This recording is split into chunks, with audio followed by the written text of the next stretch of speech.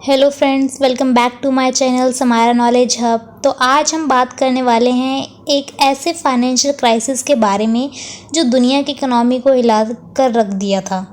The 2008 financial crisis, उसे great recessions भी कहा जाता है। अब इस वीडियो में हम जानेंगे कि क्या हुआ था, क्यों हुआ था और दुनिया ने कैसे रिस्पॉन्ड किया। अगर आप हमारे चैनल पर नए हैं तो ज़रूर हमारे चैनल को सब्सक्राइब कीजिएगा और बेल आइकन को ज़रूर प्रेस कीजिएगा। तो बिना देर किए आज की हम ये वीडियो स्टार्ट करते हैं। The 2008 financial crisis, anatomy of the great recessions. तो आप इस वीडियो में आप रीड आउट कर लीजिएगा, मैं आपको ओरली वैसे बता दे रही हूँ, ठीक है। इसमें मीनिंग क्रक्स क्या है, ठीक है। तो ये जो क्राइसिस था वो एक अमेरिका हाउसिंग मार्केट से शुरू हुआ क्राइसिस, जिसने पूरे ग्लोबली इफ़ेक्ट किया, ठीक है। और जो भी इकोनॉमिक डिवास्टेशन था, जॉब लॉसेस थे, फंडामेंटल रिसेसमेंट हुआ, फाइनेंशियल रेगुलेशंस थे। तो ये जो भी प्रॉब्लम्स हुए ये किसकी वजह से हुआ? फाइनेंशियल क्राइसिस की वजह से। तो जो भी अनफोल्डिंग इवेंट्स थे, कॉन्सिक्वेंस थे, क्रिटिकल पॉलिसी रिस्पॉन्सेस थी, ठीक है, पोस्ट क्राइसिस लैंडस्केप थे, ये सभी जो कॉन्टिन्यूस इवेंट जो हुए किस किस ऐसी चीज़ें थी जो क्राइसिस को सपोर्ट किया, वो हम इसमें डिस्कस करने वाले हैं, ठीक है। तो चलिए स्टार्ट करते हैं। Prelude the housing bubble and easy credit. अब इसमें हुआ क्या था? शुरुआत हाउसिंग बबल्स और इजी क्रेडिट सब कुछ स्टार्ट हुआ अमेरिका के हाउसिंग मार्केट से, जैसे मैंने आपको पहले भी बताया, ठीक है। 1998 से 2006 के बीच अमेरिका में घरों के दाम लगभग डबल हो गए। लोगों को लगने लगा कि घर लेना या प्रॉपर्टी में इन्वेस्ट करना सबसे बेस्ट ऑप्शन है। इसके पीछे रीज़न था बहुत कम इंटरेस्ट रेट, ठीक है। यानी कि लोगों को अच्छा लगा हिस्टोरिकली, यहाँ पर मैं मेंशन भी कर देती सर्कल, ठीक है, कि उन्हें लगा कि इंटरेस्ट रेट बहुत कम है तो लोगों ने लोन लेना बहुत आसान हो गया था लोगों के लिए। तो इस इजी क्रेडिट ने लोगों को इनकरेज किया कि वो ज़्यादा से ज़्यादा लोन लें, चाहे उनकी इनकम स्टेबल हो या नहीं। तो बैंक्स ने भी एग्रेसिवली लोन देना शुरू किया, स्पेशली सब प्राइम बोरोवर्स, ठीक है। अब ये सब प्राइम बोरोवर्स जो है, मैं अंडरलाइन कर दे रही हूँ, सब प्राइम बोरोवर्स, ठीक है, यानी उन लोगों को जिनका क्रेडिट स्कोर वीक था, तो उन्हें हम कहते हैं सब प्राइम बोरोवर। तो फिर बैंक्स ने इन लोन को मॉर्गेज बैक्ड सिक्योरिटीज़ में कन्वर्ट कर दिया, जिसे हम शॉर्ट में MBS कहते हैं, ठीक है, कर दिया। तो ये ऐसे फाइनेंशियल प्रोडक्ट थे जिसमें मल्टीपल रिस्क की लोन्स बंडल्ड होते हैं। तो बैंक्स ने MBS को इन्वेस्टर को बेच दिया और रिस्क पूरी दुनिया में स्प्रेड हो गया। यहाँ पर MBS के बारे में डिस्कस नहीं किया गया है इस स्लाइड्स के अंदर में। तो आगे जब भी आएगा तो आपको बेसिकली पता होना चाहिए कि MBS क्या होता है, मॉर्गेज बैक्ड सिक्योरिटीज़, ठीक है। और मैं इसी स्लाइड में बता देती हूँ कि इसका फर्दर क्या है, MBS क्या होता है। तो ये एक इन्वेस्टमेंट प्रोडक्ट होता है जिसे तब बनाया जाता है जब बैंक्स या फाइनेंशियल इंस्टीट्यूशन अपने दिए गए होम लोन को एक ग्रुप में कलेक्ट करता है और फिर इस ग्रुप को इन्वेस्टर को बेच देता है, यानी सेल आउट कर देता है। So now we discuss about the bubble burst early warning sign in 2007। तो अब 2006 में हाउसिंग प्राइसेस पीक पर पहुंच गए और उसके बाद गिरावट शुरू हो गई। तो अब इसका पहला जो रीज़न है वो है हाउसिंग प्राइस डिक्लाइन, यानी जब लोगों ने अपने घर की वैल्यू गिरती देखी तो उन्होंने लोन चुकाना मुश्किल हो गया उनका, ठीक है। सेकेंड थिंग इज सब प्राइम डिफ़ॉल्ट सर्च, यानी कि सब प्राइम बोरोवर्स सबसे पहले डिफ़ॉल्ट करने लगे, यानी वो अपनी EMI टाइम पर नहीं पे कर पाए। Now third is lander bankruptcy, यानी कि 2007, यहाँ पे मेंशन भी है, 2007 तक ये डिफ़ॉल्ट एक पैंडेमिक बन गया। 25 जो लैंडर्स है, 25 से भी ज़्यादा से ज़्यादा बड़े लैंडर्स बैंकरप्ट हो गए। इससे क्या हुआ? Stock market. Now next point is market volatility and stress, यानी इससे स्टॉक मार्केट में पैनिक क्रिएट हो गया और क्रेडिट मार्केट में लिक्विडिटी क्राइसिस आने लगी। तो ये मेजर साइंस थे, वार्निंग साइन, जो हमें शो होने लगे 2007 में, जब ये चीज़ें शुरू हो गई, यानी फाइनेंशियल क्राइसिस स्टार्ट हो गई।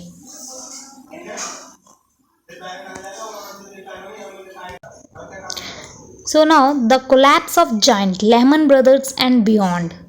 तो अब क्या होता है 2008 में, तो ये स्टार्ट होता है, हमने इससे पहले वाली स्लाइड में 2007 के बारे में बात हुआ कि 2007 में क्या हुआ।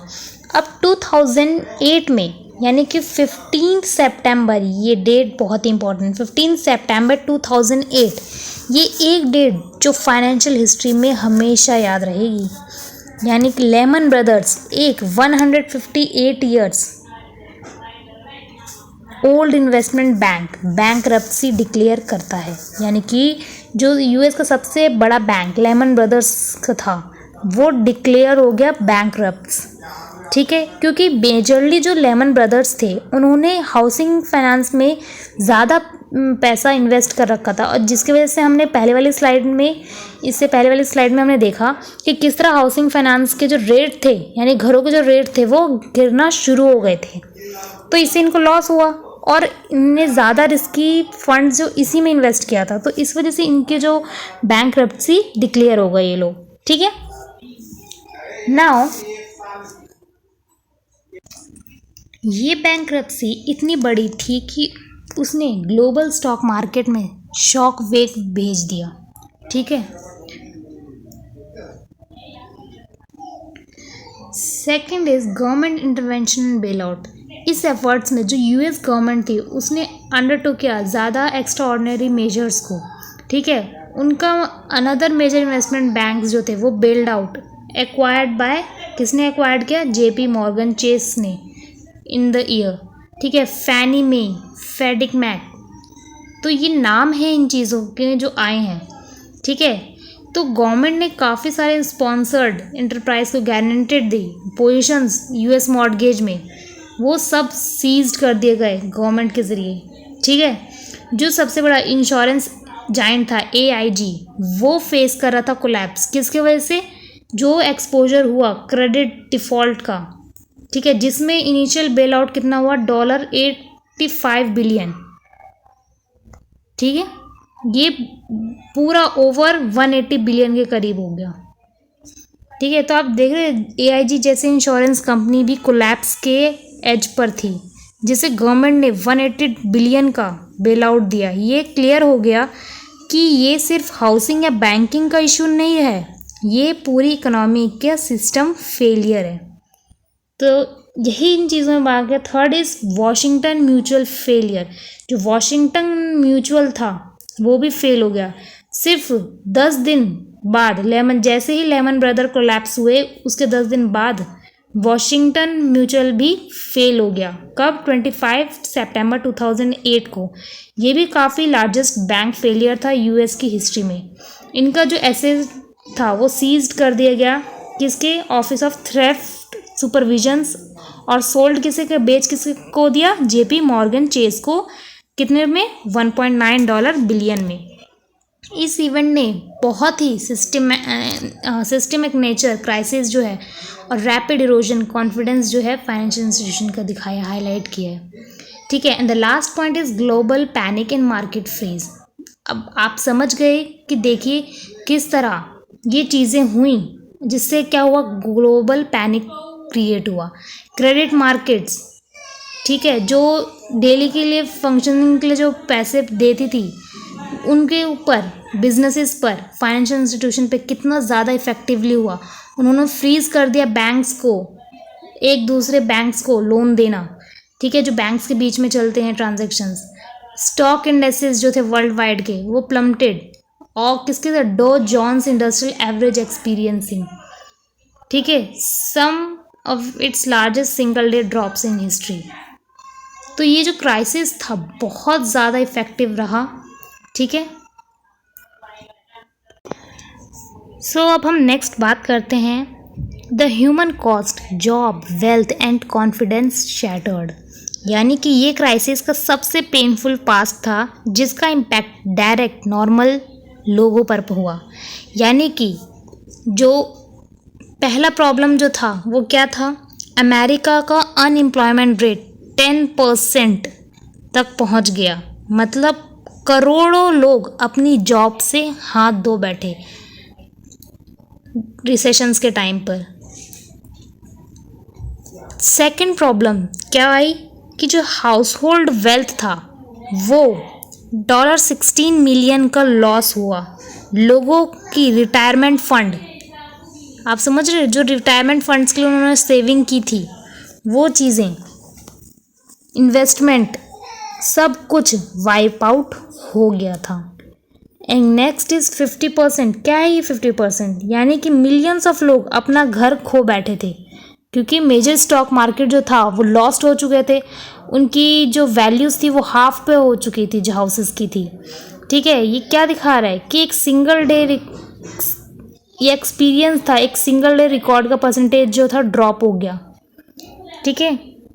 तो और सबसे बड़ा नुकसान, लोगों का सिस्टम पर से भरोसा हट गया। यानी कि मिलियंस ऑफ फैमिलीज़ जो थी, जो इस फोरक्लोजर्स को, जो लीडिंग डिस्प्लेसमेंट हुई थी, इमेंस पर्सनल डिस्ट्रेस हुआ, ये सब चीज़ें साइकोलॉजिकल इम्पैक्ट हुआ काफ़ी सालों तक के लिए। ये चीज़ें जो है एक माइंडसेट जो लोगों के दिमाग में था बिठा दिया गया, फैल गया ये चीज़ें। तो आप देख रहे लोगों का भी जो एक नज़रिया था देखने का कि फाइनेंशियल सिस्टम कितना अच्छा है, वो चीज़ों से जो ट्रस्ट था वो डिसट्रस्ट हो गया फाइनेंशियल इंस्टीट्यूशन पे से, उनके सिस्टम पर से, ठीक है। तो सिर्फ फाइनेंशियल क्राइसिस में सिर्फ फाइनेंशियली लॉस नहीं हुआ, मेंटलिटी भी जो लोगों की थी उस पर भी असर हुआ। किसको देख के? फाइनेंशियल सिस्टम के जो नेचर था, किस तरह उन्होंने हैंडल किया, उन चीज़ों को देखकर जो ह्यूमन का बिहेवियर था towards the financial system and institution, वो चेंज हुआ। So now discussed about government response, bailouts and stimulus. यानी कि अब हम देखते हैं कि गवर्नमेंट का क्या रिस्पॉन्स था। तो गवर्नमेंट को समझ आ गया था कि अगर कुछ नहीं किया गया तो इकोनॉमी कोलैप्स कर जाएगी। तो इसी वजह से उन्होंने ट्रैप फंड, यानी कि 2008 में, अक्टूबर 2008 में यूएस कांग्रेस ने पास किया। क्या पास किया? ट्रैप फंड को। इनके अंडर बनाया गया क्या? Emergency economic stabilisation act. यानी कि यहाँ पे मैंने मेंशन करा इमरजेंसी इकोनॉमिक स्टेबलाइजेशन एक्ट, जिसमें क्रिएट क्या किया गया? ट्रबल्ड एसेट रिलीफ प्रोग्राम को। ये प्रोग्राम को लॉन्च किया गया। तो इसमें क्या था कि $700 बिलियन का बेल आउट फंड था। इसका एम था कि बैंक से उनके टॉक्सिक एसेट खरीदने और लिक्विडिटी वापस लाना। साथ ही federal reserve, next point is federal reserve unpredicted actions, यानी कि फेडरल रिजर्व ने इंटरेस्ट रेट्स को ऑलमोस्ट ज़ीरो कर दिया, ठीक है। उन्होंने अपना जो इंटरेस्ट रेट था वो कम कर दिया, ठीक है। तो इससे क्या हुआ? तो उन्होंने स्टार्ट किया क्वांटिटेटिव ईजिंग, यहाँ पे मेंशन क्वांटिटेटिव ईजिंग, जिसमें वो बॉन्ड और सिक्योरिटीज़ क्या करते थे? खरीदते थे ताकि मार्केट में कैश फ्लो बढ़े। तो आप देख रहे हो किस तरह से गवर्नमेंट ने अपना जो था बॉन्ड्स को, सिक्योरिटीज़ को मार्केट में सेल किया, जिससे वो चाहते थे कि क्या हो, मार्केट में कैश फ्लो बढ़े। और उसी time next point is American recovery and re investment act. इसमें क्या हुआ कि जो प्रेसिडेंट ओबामा थे उन्होंने 2009 में, फैब 2009 में पास किया American recovery and re investment act. एक $787 बिलियन का स्टिमुलस पैकेज, इसमें जॉब क्रिएट करना, इंफ्रास्ट्रक्चर प्रोजेक्ट फंड करना और टैक्स कट प्रोवाइड करने का प्लान था। पूरी दुनिया में central banks coordinated action next point is this global coordination, तो जिसमें मैं बता रही हूँ कि जो पूरी दुनिया में सेंट्रल बैंक कोऑर्डिनेटेड एक्शन में आए ताकि ग्लोबल रिसेशंस और डीप ना हो। वो यही चाहते थे कि उनका एम्स, जो ये सारी चीज़ें जो उन्होंने गवर्नमेंट ने की, उसका मेजर एम यही था कि जो ग्लोबल क्राइसिस है वो ज़्यादा डीपर ना जाए, जो क्रॉस बॉर्डर जो है वो इस चीज़ तक ना पहुँचे कि एक नॉर्मल लोग जो है ज़्यादा टॉक्सिक हो जाए। ठीक है, वो और डीप नहीं जाना चाहते थे, यानी कि और डीप जो है रिसेशन नहीं जाना चाहिए, नहीं तो काफ़ी ज़्यादा इफ़ेक्ट पड़ता, और इतना भी इफ़ेक्ट जो वो भी बहुत ज़्यादा था, हाई था। सो नाउ अब हम जानते हैं regulatory overhaul lessons and reforms. तो क्राइसिस के बाद सबको समझ आया कि फाइनेंशियल सिस्टम में स्ट्रिक्ट रेगुलेशन की ज़रूरत है। तो इसीलिए यहाँ से स्टार्ट होता है 2010 में डॉड फ्रैंक एक्ट ये पास आउट किया गया। इस एक्ट में consumer financial protection bureau establish किया, जिसका काम था पब्लिक को प्रेडेटरी लैंडिंग से प्रोटेक्ट करना। ठीक है, बैंक्स के लिए ज़्यादा टफ था क्या, कैपिटल रिक्वायरमेंट। ये चीज़ें जो हैं इसके अंदर बताया गया है कि क्या क्या चीज़ें जो थी इफ़ेक्टिव हुई। डॉड फ्रैंक एक्ट जो 2010 में मैं बता रही हूँ आपको, इसके अंदर ये साइन आउट किया 2010 में। इसका एक्ट जो इंट्रोड्यूस किया गया था वो इफ़ेक्टिव, जो भी जो फाइनेंशियल इंडस्ट्री के पार्ट में जो भी इफ़ेक्टिव हुई थी, उनका एम था कि प्रमोट करना कि जो फाइनेंशियल स्टेबिलिटी है और प्रोटेक्ट करना हमारे कंज्यूमर्स को, कि किस तरह हम प्रोटेक्ट करें। और साथ ही में जो कंज्यूमर प्रोटेक्शन ब्यूरो था उसका भी मेजर जो क्रक्स था, मेजर एम था, वो ये था कि कंज्यूमर का फाइनेंशियल प्रोटेक्शन मैंडेटरी बनाए रखें, यानी कि उसको बनाए रखें कि कंज्यूमर को किसी तरह का नुकसान ना हो। ठीक है, तो इसमें मैंडेट कर दिया गया कि जो कंज्यूमर है उसका फाइनेंशियल मार्केट प्लेस में कोई भी उनके लॉस जो हो और कोई भी ऐसी प्रेडेटरी लैंडिंग प्रैक्टिसेस ना हो उनके साथ, और ट्रांसपेरेंसी जो है वो बनी रहे फाइनेंशियल प्रोडक्ट्स को लेके, जैसे जो मॉर्गेज और क्रेडिट कार्ड्स हैं उन चीज़ों को लेके जो है मार्केट में ट्रांसपेरेंसी बनी रहे ताकि कंज्यूमर का प्रोटेक्शन हो सके। और जिस तरह मैंने बताया कि स्ट्रिक्ट बैंक रेगुलेशंस, तो डॉड फ्रैंक जो आया तो इसमें क्या हुआ कि जो बैंक रेगुलेशंस थे उसे स्ट्रिक्ट कर दी गई। ठीक है, तो इसका एम यही था कि जो बैंक्स हैं वो सफिशेंट रिजर्व जो है अपने पास मैंडेटरी के फॉर्म में रखे, अपने पास रखे रिजर्व, कि कोई भी इकोनॉमिक शॉक्स हो या कोई भी अगर रिड्यूस हो रहा है, Reliance tax payer bail out जैसे जो कोई भी प्रॉब्लम हो तो उस चीज़ों को रिड्यूस कर सके। ठीक है, इसमें ये चीज़ें जो हैं स्ट्रेस टेस्ट जैसी चीज़ें जो हैं वो इंक्लूड की गई। ठीक है, तो इसमें एक लिमिटिंग लगाई गई, टू बिग टू फेल। इसका मतलब यही था कि अगर कोई लार्ज इंस्टीट्यूशन कोलैप्स करता है तो उसका इफेक्टिव भी लार्ज ही होगा, यानी कि वो पूरे इंटायर फाइनेंशियल सिस्टम को इफ़ेक्ट करेगा। इस एक्ट का इंट्रोड्यूस करने का, अथॉरिटी का मैनेज करने का मतलब क्या था कि लिक्विडेशन जो है उसे मैनेज करें कि हम। ठीक है, जो भी फेलिंग फाइनेंशियल फर्म्स है उन चीज़ों को, लिक्विडिटी को मेंटेन करना और साथ में ट्रांसपेरेंसी बनाए रखना डेरिवेटिव मार्केट्स के साथ। ठीक है, जो भी डेरिवेटिव्स मार्केट्स के लिए ट्रांसपेरेंसी बहुत ही इंपॉर्टेंट्स है, और जो भी रोल प्ले हुआ है यहाँ पे क्राइसिस में वो चीज़ें ना हो उस तरह की। तो ये लेसन्स और रिफॉर्म्स जो थे रेगुलेटरी आप देख रहे हैं किस तरह रेगुलेट्स में किए गए, किस किस तरह के एक्ट्स पास आउट किए गए, किस तरह रिफॉर्म्स बनाई गई कि हम रिसेशन से बाहर निकल सकें। सो अब आप समझते होंगे ये सब क्या था, आखिर ये क्यों हुआ। तो मैंने इसके लिए भी एक अच्छे से स्लाइड्स बना दिया आपके लिए कि की कॉजेज़ क्या थी इसके अंदर। ठीक है, तो सबसे पहला रीज़न क्या था इसमें, excessive risk taking and leverage, यानी कि फाइनेंशियल इंस्टीट्यूशन ने एक्सेसिव रिस्क लेना, उन्होंने 30:1 का, आप समझ रहे, 30:1 का तक का लीवरेज लिया। मतलब हर $1 के बदले उन्होंने 30 रुपये का रिस्क लिया। आप इस तरह समझ लिए, अगर उन्होंने $1 इक्वल्स टू कितना, $30 रिस्क, ये था इनका funding.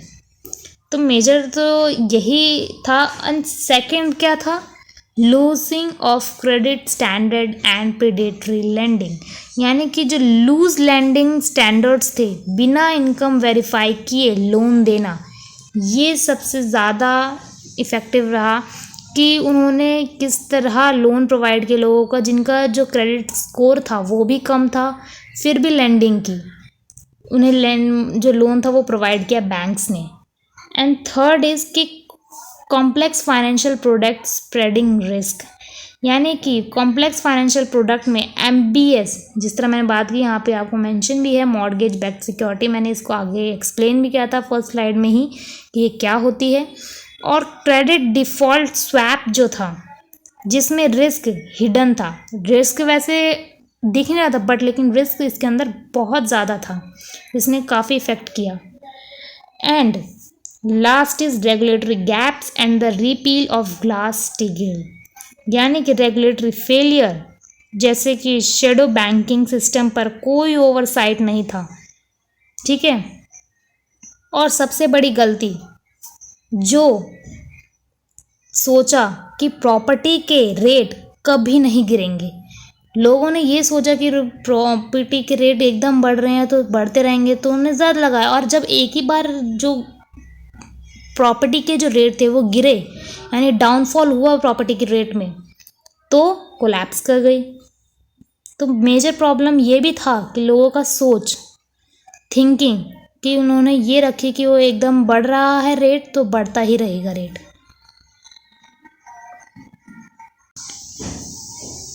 So the global impact and slow recovery, तो अब ग्लोबली क्या इम्पैक्ट हुआ, अब वो देखते हैं कि 2008 में जब फाइनेंशियल क्राइसिस हुआ ये चीज़ें US में, तो उससे ग्लोबली इफेक्ट हुआ, यानी कि वर्स्ट ग्लोबल रिसेशन।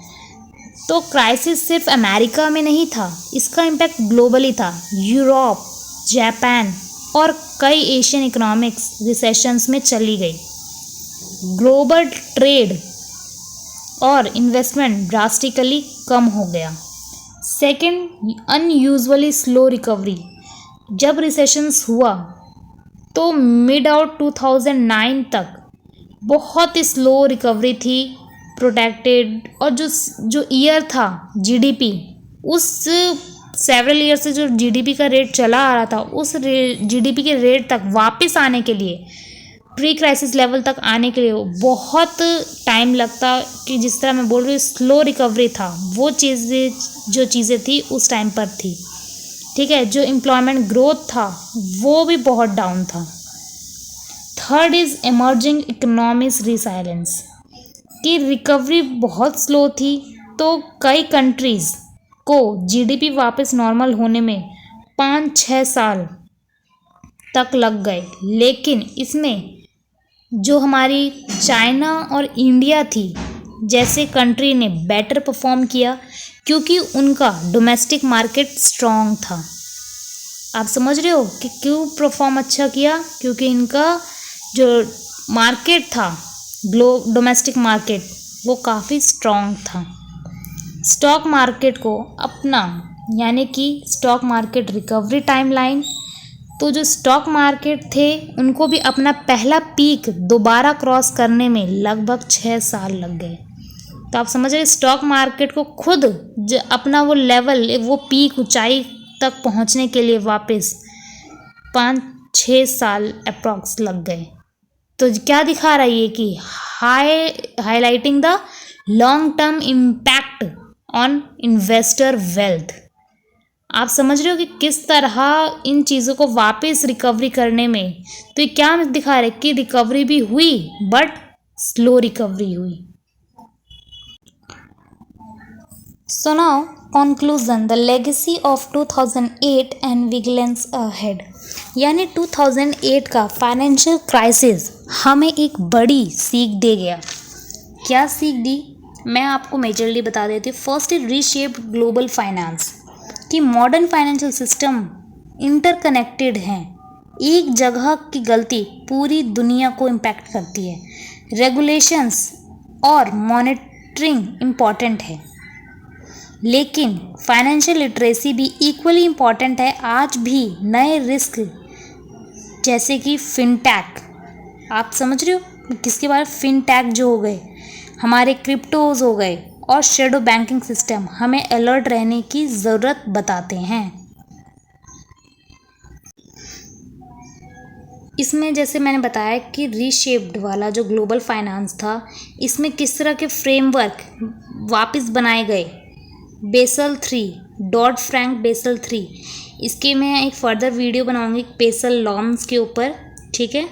मुझे क्योंकि काफ़ी इंपॉर्टेंट लग रहा है, अगर आप कोई बैंकिंग स्टूडेंट्स हैं या बैंकिंग स्पेशलाइजेशंस करना चाह रहे हैं तो बेसल नॉर्म्स भी बहुत इंपॉर्टेंट टॉपिक है। तो मैं इसके ऊपर भी ज़रूर एक वीडियो बनाऊंगी, बिल्कुल डिटेल वीडियो, जिसमें आपको बहुत अच्छे से मैं क्लियर करूँगी बेसल नॉर्म्स क्या हैं और क्यों ज़रूरत है और किस तरह आया वो इन बैंकिंग सिस्टम, ठीक है।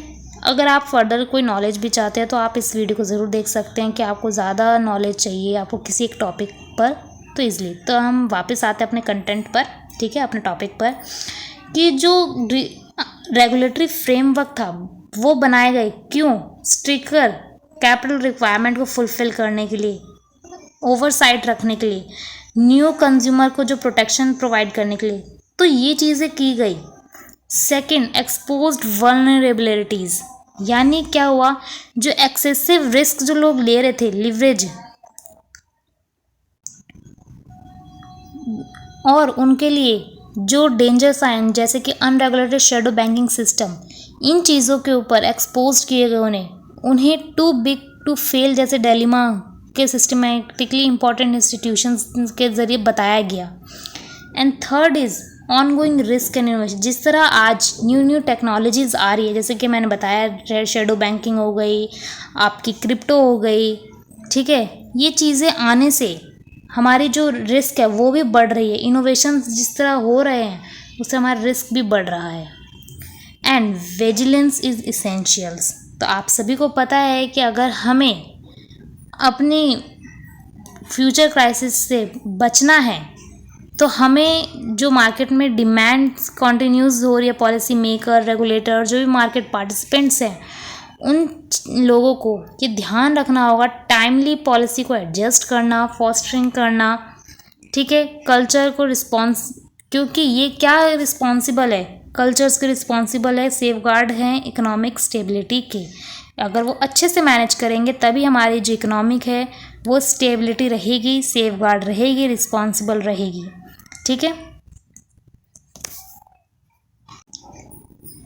So thank you. अगर आपको ये वीडियो पसंद आई हो तो लाइक ज़रूर करें, अपने दोस्तों के साथ ज़रूर शेयर करें और चैनल को सब्सक्राइब ज़रूर कीजिए समायरा नॉलेज हब को, ठीक है। मिलते हैं नेक्स्ट वीडियो में एक नए टॉपिक्स के साथ, और मैंने अपना टॉपिक जो है इसी वीडियो में बता दिया है। फिर भी अगर आप चाहते हैं कि मैं उस टॉपिक पे वीडियो बनाऊँ तो आप ज़रूर कमेंट कीजिएगा। And again thanks for watching the video.